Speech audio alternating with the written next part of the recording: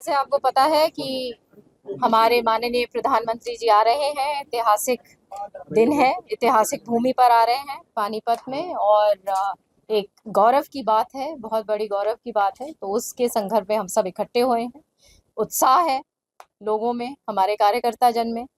और जैसे आपको पता है कि ये एक योजना जो उन्होंने बेटी बचाओ बेटी पढ़ाओ यहीं से उसका लॉन्च किया था उस योजना को।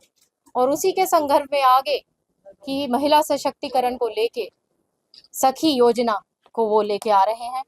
एक बहुत बड़ी भेंट है हमारी माताओं बहनों के लिए। और एक जबरदस्त उत्साह है हरियाणा प्रदेश में उनके अभिनंदन।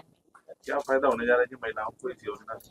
ये एक आर्थिक रूप से सशक्तिकरण का योजना है जहाँ पे LIC एजेंट्स बनेंगी और उसके तहत हर महीने 7,000 रुपया उनको मिलेगा। और फिर आगे आगे आगे आगे फिर जिस प्रकार से वो बढ़ता चला जाएगा उनका सहारा उसमें वो बनेगा। मैडम कितनी महिलाओं को जोड़ने की इसमें है प्लानिंग? ये तो जैसे आप हरेक जो भी इसमें फोल्ड में आएगा हर एक महिला के लिए आपके विभाग से संबंधित बात कर लेते हैं। जरूर। क्या है अभी इसमें, क्या चल रहा है, कुछ नया करेंगे आप? और अभी जब आपने पदभार संभाला था क्या था? ये विभाग के अंदर पोषण एक बहुत इम्पोर्टेंट कंपोनेंट है जहाँ पे हमारे 6 साल से जो नीचे के जो बच्चे हैं और जो हमारी माताएं बहनें हैं कि किस प्रकार से जो इतनी सारी जो चीज़ें हैं उनके स्वास्थ्य के लिए दिया जाता है वो ठीक से उनको पहुंचाया जा रहा है या नहीं। और इसके लिए ताकि एक निगरानी रहे कि हर एक आंगनवाड़ी केंद्र में जिस प्रकार से काम होना चाहिए वैसे हो रहा है। एक कमेटी मैंने कहा है कि वो गठित हो गांव के लेवल पे ताकि वो गांव बताए कि अगर कोई दिक्कत है। और एक बोर्ड होगा जहाँ पे सब कुछ लिखा जाएगा कि ये चीजें होनी चाहिए आंगनवाड़ी केंद्र में। और कोई कमी है तो फिर वो कमेटी भी और अधिकारी, क्योंकि अधिकारियों को भी मैंने बहुत स्ट्रिक्ट निर्देश दिए हैं कि फील्ड विजिट बहुत ज़्यादा होनी चाहिए। और कहीं भी 19-20 हो तो वो मेरे सामने बात जब आएगी तो उस तरीके से फिर उस चीज़ को सुलझा भी जाएगा। इसके अलावा स्किल डेवलपमेंट हमारे जो माननीय मुख्यमंत्री जी हैं उनकी भी एक ज़बरदस्त मंशा है कि हमारे आर्थिक रूप से हमारी माताएं बहनें आंगनवाड़ी जैसे केंद्र है, ये केंद्र हैं जहाँ पे सब इकट्ठे होते हैं। और वहाँ पे स्किल डेवलपमेंट भी हम आंगनवाड़ी की साथ साथ हम टाई अप करें। और पायलट प्रोजेक्ट्स मैंने बोला है कि तैयार करें। और जैसे ई रिक्शा की, जैसे अर्बन जहाँ पे सिटी एरियाज हैं वहाँ पे उस प्रकार से वो प्रोजेक्ट्स। और ग्रामीण जगह पे ग्रामीण लेवल के प्रोजेक्ट्स। तो ये तमाम चीज़ें हैं। और जैसे महिला चौपाल बनाने के लिए हर एक गांव में एक संकल्प पत्र के में भी शामिल था। तो उसको भी मैंने कहा है कि उस वो भी कहीं इधर उधर कहीं गांव के किसी और कोने में ना हो, वो भी उसको भी इंटीग्रेट किया जाए आंगनवाड़ी के साथ ताकि सारा की सारा वो एक हब बने और खूब वहाँ पे फुटफॉल हो, बच्चे आए जाएं, महिलाएं आए जाएं और वहाँ की देख रेख भी अच्छी तरीके से उस तरीके से हो खुद सके। मॉनिटरिंग कर रही हैं आप? बिल्कुल बिल्कुल, जब भी तो हम लोग हैं मॉनिटरिंग के लिए।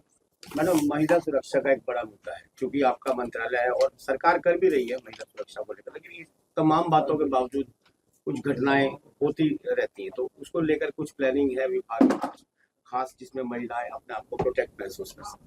नहीं, महिला सुरक्षा का तो जैसे ये एक हेल्पलाइंस है, कहाँ कहाँ जहाँ जहाँ दिक्कतें हैं महिलाएं वहाँ पे उनको कांटेक्ट कर सकती हैं। और जैसे मैंने कहा कि स्टेट बिल्कुल प्रतिबद्ध है, कहीं भी ढिलाई इस मामले में आए तो उसको बख्शा नहीं जाएगा। अभी कांग्रेस, और जब कांग्रेस में थे तब गुटखा था आप दोनों का, आपकी मदद का भी बोलते रहते हैं कि भुट्टा साहब ने कांग्रेस को दी।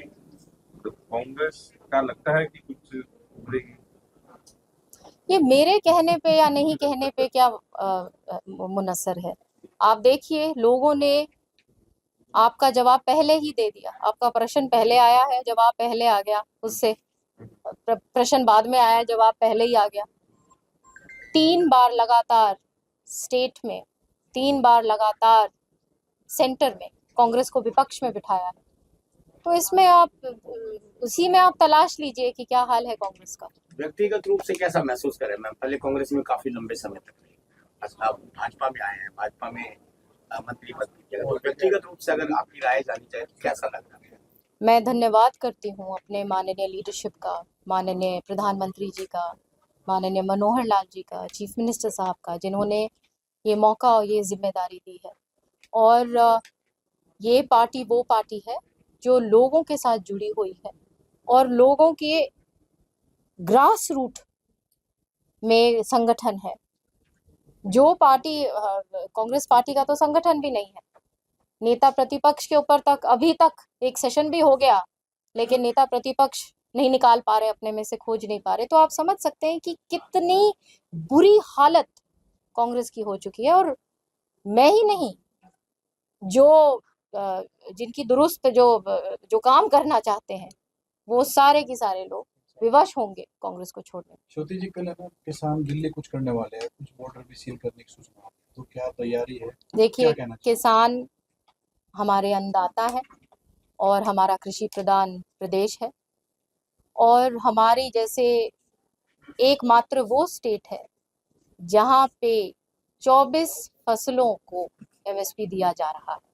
एक एक दाना की खरीद बाजरे की हुई है। और मैं तो यही कह सकती हूँ कि कोई भी दिक्कत हो, कोई बात हो, उसका समाधान बैठ के निकालेंगे, और उसके लिए हम लोग कमिटेड हैं। चाइल्ड मैरिज केस का इजाफा हुआ है, हालांकि पानीपत में थोड़ा सा ग्राफ कम हुआ है, इसके ऊपर भी कुछ आपने अधिकारी को निर्देश दिए? देखिए, ये जो भी मेरे जो सामने जो भी बातें आती हैं, उसके ऊपर मैं स्ट्रिक्ट एक्शन दूंगी, और जो मेरे कार्य क्षेत्र की जो बात है तंवर साहब ने छोड़ के गलती की लास्ट टाइम में, वो तो आप बताइए। उसके बारे में क्या बताएंगे? राष्ट्रपति ने कहा है श्रुति जी कि इस तरीके से किसानों का मसला अभी तक हल नहीं हुआ है, तो इसको लेकर सोचना चाहिए केंद्र सरकार को भी। तो इसको आप किस नजरिए से देखते हैं? देखिए, माननीय सुप्रीम कोर्ट ने इसके लिए एक कमेटी बनाई है, जी। और जैसे मैंने कहा कि स्टेट पहले भी सीरियस गंभीर रही है इस मुद्दे को लेके, और अभी भी है। तो इसमें कोई हमारी तरफ से कोई कोताही कभी नहीं होगी। मैडम, अमली जामा पहनाया जाए उसको लेकर के ये कहा गया था कल, तो कृषि मंत्री भी वहां पर बैठे थे जब उपराष्ट्रपति अपना भाषण दे रहे थे परसों, तो उसको लेकर कह रहा हूँ कि अमली जामा क्यों नहीं पहनाया जा रहा, उसको लेकर के बातचीत है। देखिए, जैसे मैं बार बार वही कह रही हूँ कि हमारी सरकार कमिटेड है, और जो कमिटमेंट है वो पूर्ण रूप से उसको पूरा करा जाएगा।